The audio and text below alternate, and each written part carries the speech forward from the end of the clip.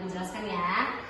Rizka, ibu panggil ke sini berdasarkan omongan dari wali kelas perihal sikap disiplin Rizka ya yang agak menurun akhir-akhir ini. Jadi Rizka kesini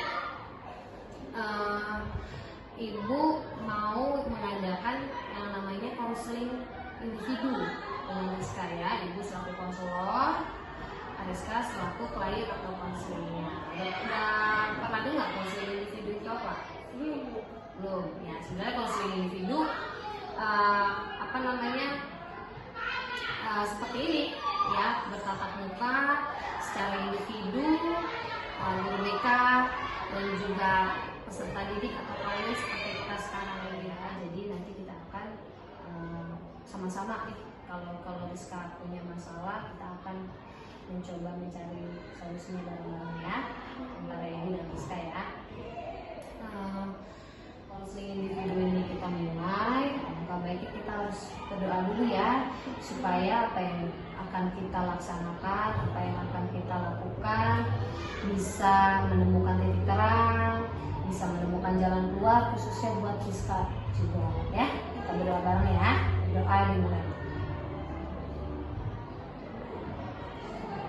Udah selesai ya. Ibu ucapkan terima kasih pada Rizka karena Rizka sudah bersedia datang memenuhi panggilan ibu ke ruang BK ini. Kemudian ibu mau kita sepakat kontrak konseling individu kita ini selama kurang lebih 40 menit ya. Kita akan menjalani konseling individu ini. Rizka bersedia nggak? Siap, bersedia. Terima kasih ya. Jadi 40 menit ke depan kita akan menjalani konseling individu.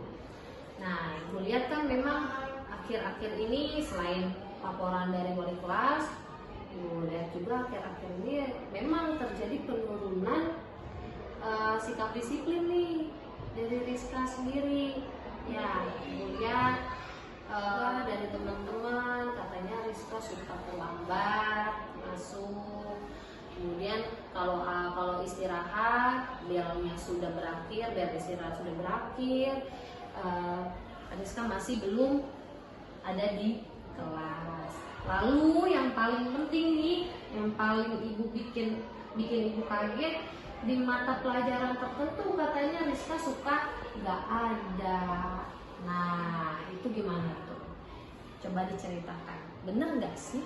Bener Bu. Bener. Saya kurang menyukai tentang mata pelajaran tersebut sama cara mengajar guru.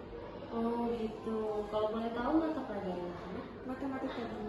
Matematika. Iya. Kenapa memangnya? Kenapa sih kamu memilih untuk menghindari mata pelajaran itu? Karena kalau saya nggak bisa jawab tentang ibu guru matematika nanya saya, dia membuat saya takut Bu, down gitu. Oh gitu. Ya, Jadi kamu milih untuk menghindar. Iya. Terus biasanya ketika kamu bolos di jam pelajaran mata pelajaran tertentu itu, biasanya kamu kemana? Saya ke warung aja Bu. Ke warung. Ngapain itu di warung?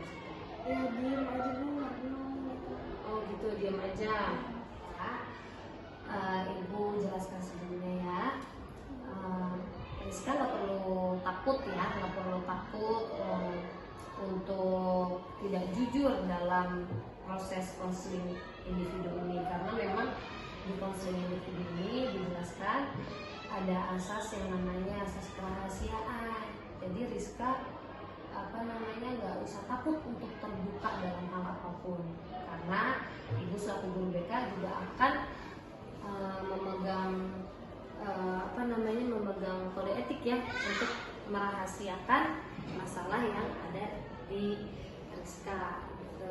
Jadi nggak usah takut kamu mau mengemukakan latar belakang atau alasan kenapa kamu melakukan itu, kamu jujur aja, karena di sini ada yang namanya asas kerahasiaan, di mana hanya ibu dan kamu yang tahu,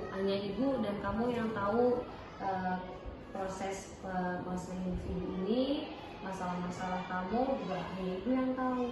Jadi jangan khawatir, masalah ini akan terungkap kemana-mana gerakannya. Baik Rizka, terkait masalah yang sedang kamu hadapi sekarang, pernahkah kamu cerita dengan orang tua atau orang rumah itu terhadap kendala yang sekarang kamu hadapi? Enggak pernah. Nggak pernah. Oke, nah, gue mau tanya sebelumnya, kamu tinggalnya di mana? Di belakang pasar. Oh, daerah belakang pasar situ, lumayan deket ya dari sekolah. Kalau ibu boleh tahu ya, situasi di rumah kamu itu seperti apa sih? Saya kesepian dulu. Kedua orang tua saya sibuk kerja, jadi saya nggak ada waktu buat sama mereka. Ya gitu Bu. Jadi Rizka sehari-harinya di rumah hanya sendiri. Orang tua dua-duanya bekerja. Jadi mereka tidak tahu nih permasalahan Rizka di sekolah. Nggak tahu.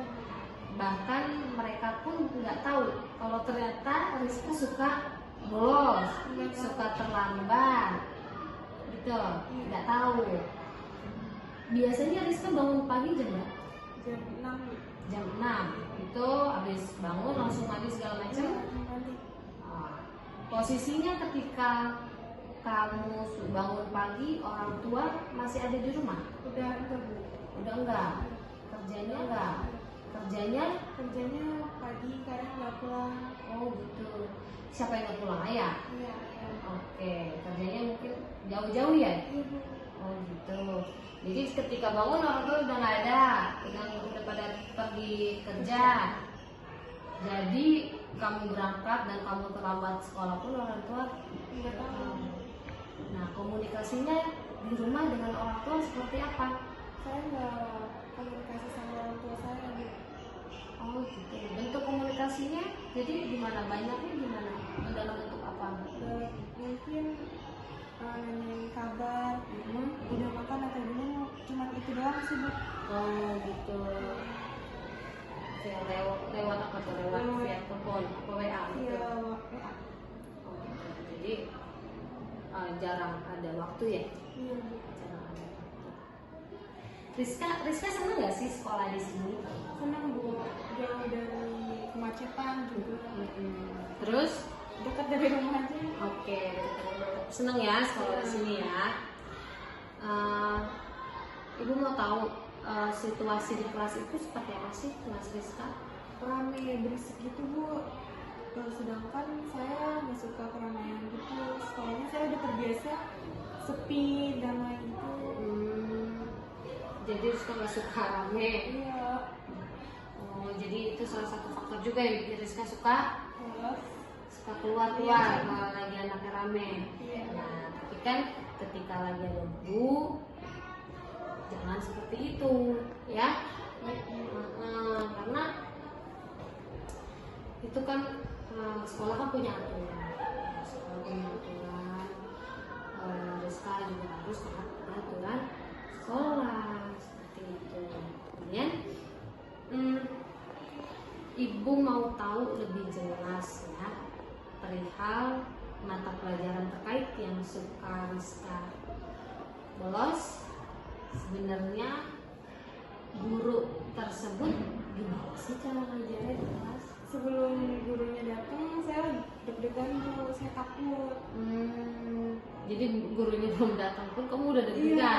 Kenapa bisa Ya, saya agak trauma gitu Bu. trauma? Kenapa? Coba ceritakan lebih jelas. Kenapa trauma? Ya, karena saya trauma Bu. Soalnya waktu itu pernah ngerjain tugas matematika di depan. Saya nggak bisa menjawab pertanyaan itu. Jadi saya disuruh diri sampai jam pelajaran matematika tersebut habis jam pelajarannya. Jadi saya malu diketawain teman-teman saya. Oh gitu. Jadi ada pengalaman yang kurang menyenangkan. Jadi kamu bolos untuk menghindari pelajaran matematika karena pernah trauma itu. Iya. Iya, ibu paham apa yang Rizka rasakan, apa yang Rizka alami, karena ngerasa trauma itu gak enak banget memang.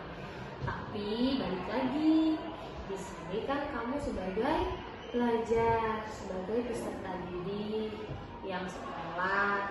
Nah, sekolah itu punya tata tertib, punya peraturannya, punya peraturan supaya anak-anak bisa disiplin gitu ya. Sebenarnya nih kalau ibu bertanya nih, di sini yang rugi siapa?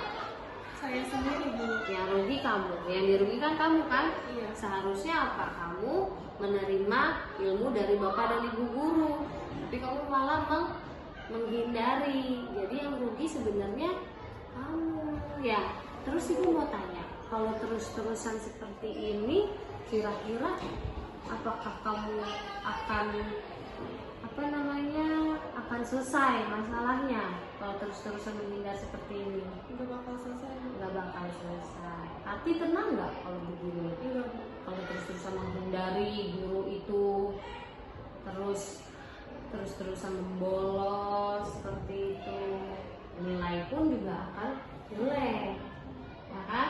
Perilaku pun akan ikut buruk, ya kan? Di mata guru yang lain, oh, anak ini suka bolos.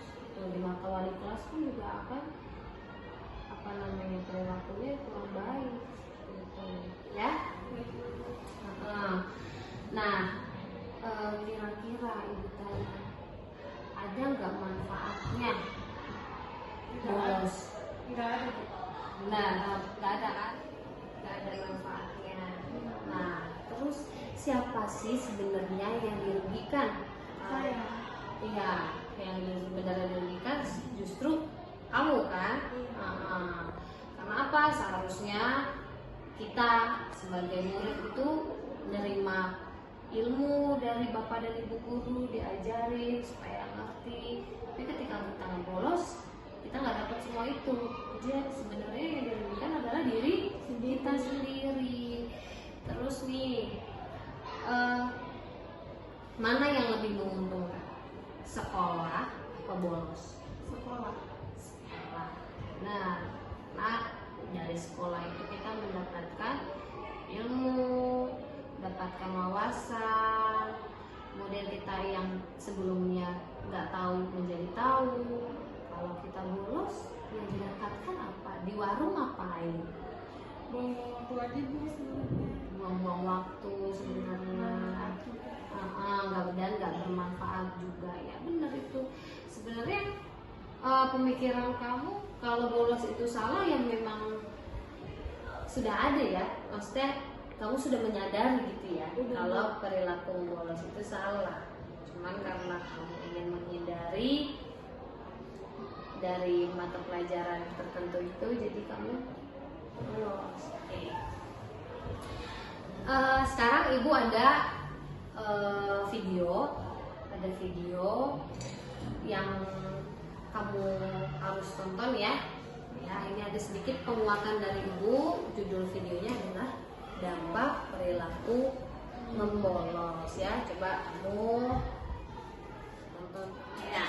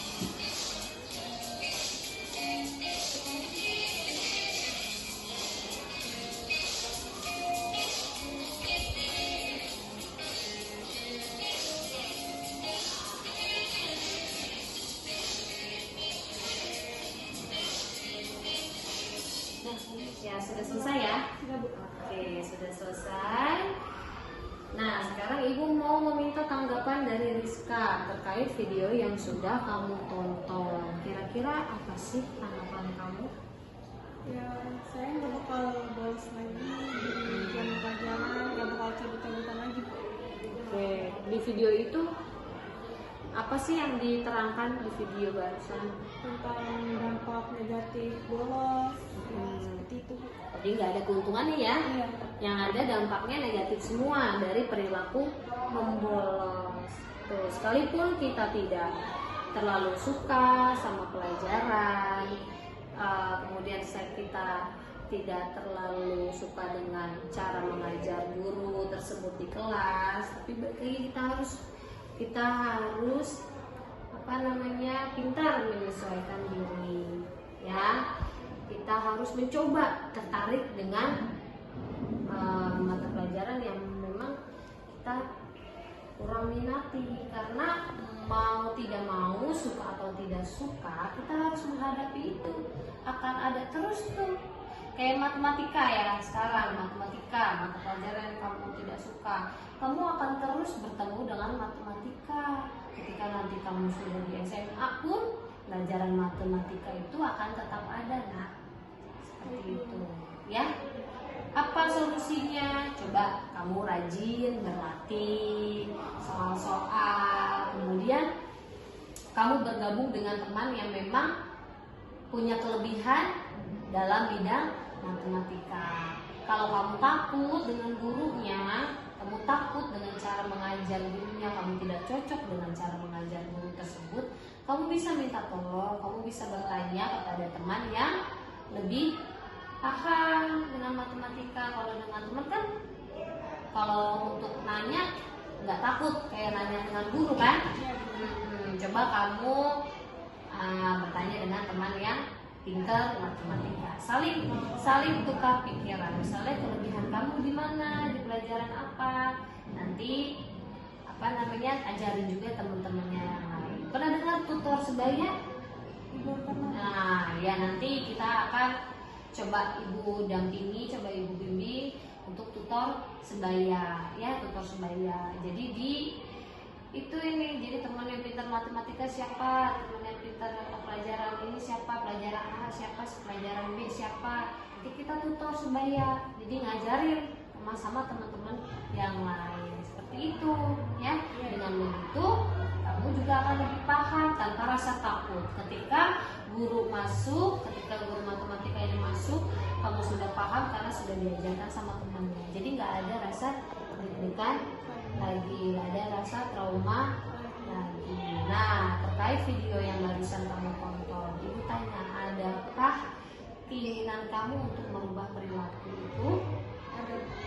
Ya, kamu nggak mau terus-terusan bolos kan? Iya. Kamu mau berubah? Mau berubah. Mau berubah untuk menghilangkan perilaku bolos itu dengan cara apa? Beradaptasi dengan lingkungan yang seperti itu. Nah, terus saya belajar sedikit-sedikit tentang matematika, mulai mungkin dilatih lagi. Iya, banyak berlatihnya kan. Rizka bisa menghilangkan perilaku yang buruk. Perilaku yang buruk dalam hal ini apa? Saya suka cabut. Iya, suka cabut, suka bolos. Nah, gimana nih supaya cabut dan bolosnya bisa hilang? Kita ada yang namanya kontrak perilaku. Di sini antara ibu sebagai konselor dan Rizka sebagai konseling, kita ngadain kesepakatan yang namanya kontrak perilaku.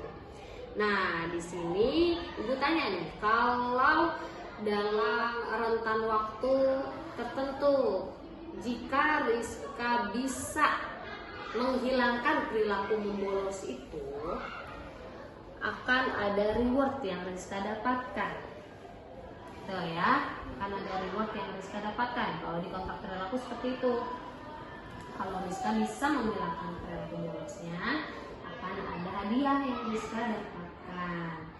Ya, hadiahnya apa nih? Rizka tentukan hadiahnya apa? Nilai tambahan aja. Nilai tambahan. Nilai tambahan dari ibu sebagai guru BK. Nilai nilai sikap dan perilaku ya, berarti ya nilai sikap dan perilakunya ditambahin tuh. Nah, nih sekarang ibu tanya nih sebaliknya, kalau Rizka tidak berhasil nih ya, tidak berhasil di kemudian hari ibu dengar misalnya Rizka mengulangi perilaku bolosnya lagi, kira-kira hukuman apa nih yang Rizka mau terapkan pada diri Rizka? Saya mau bersihin musola, Bu. Bersihkan musola, benar? Oke, berarti kesepakatan yang tadi kita tuangkan di lembar ini karena kontrak perilaku bentuknya tertulis ya. Jadi tadi kesepakatan yang sudah kita tentukan, Rizka tuangkan di sini ya. Isi itu saya, berarti namanya.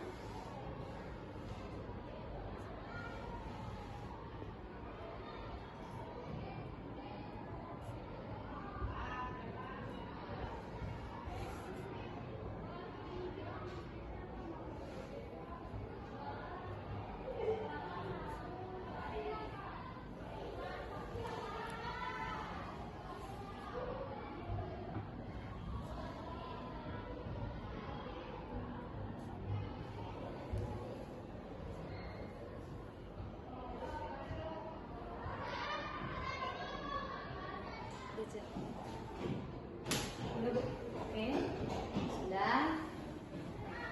Ya, itu tanda dulu ya. Ya, ini adalah kesepakatan yang kita lakukan ya. Nanti ibu akan memantau perilaku Rizka.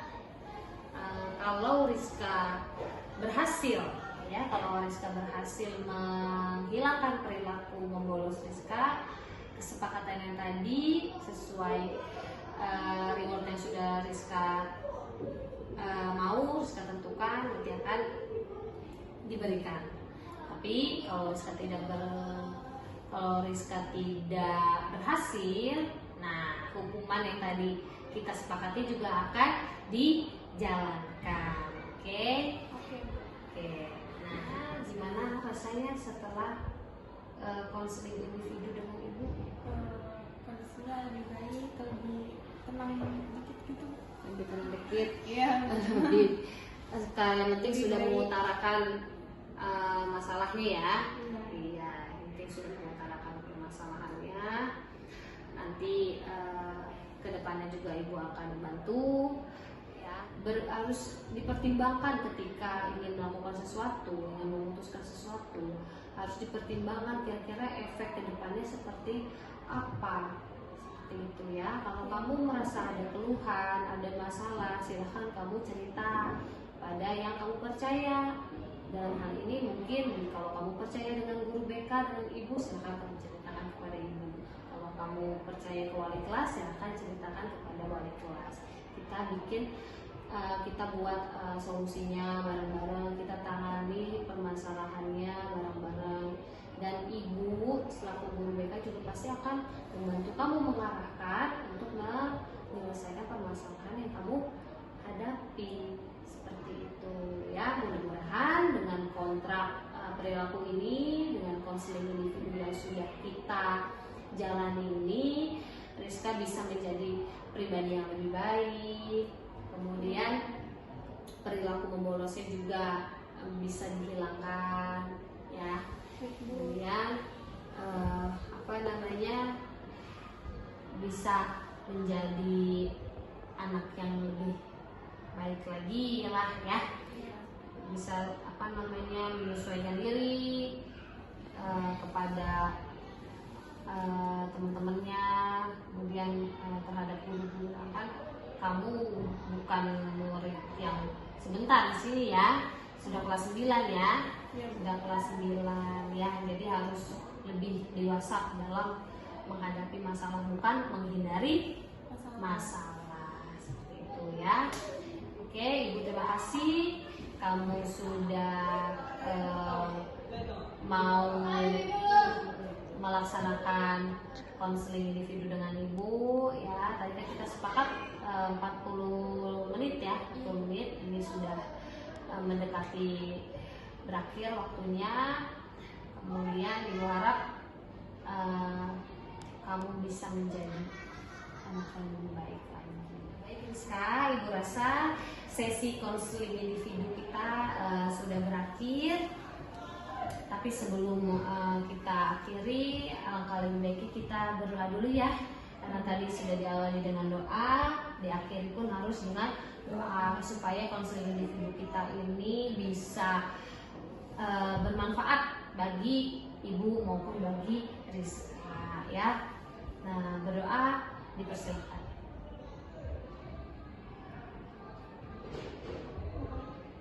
Berdoa selesai. Ya, terima kasih ya Rizka. Terima kasih Bu. Ya, balik ke kelas ya. Jangan mampir ke warung-warung lagi. Siap Bu. Oke.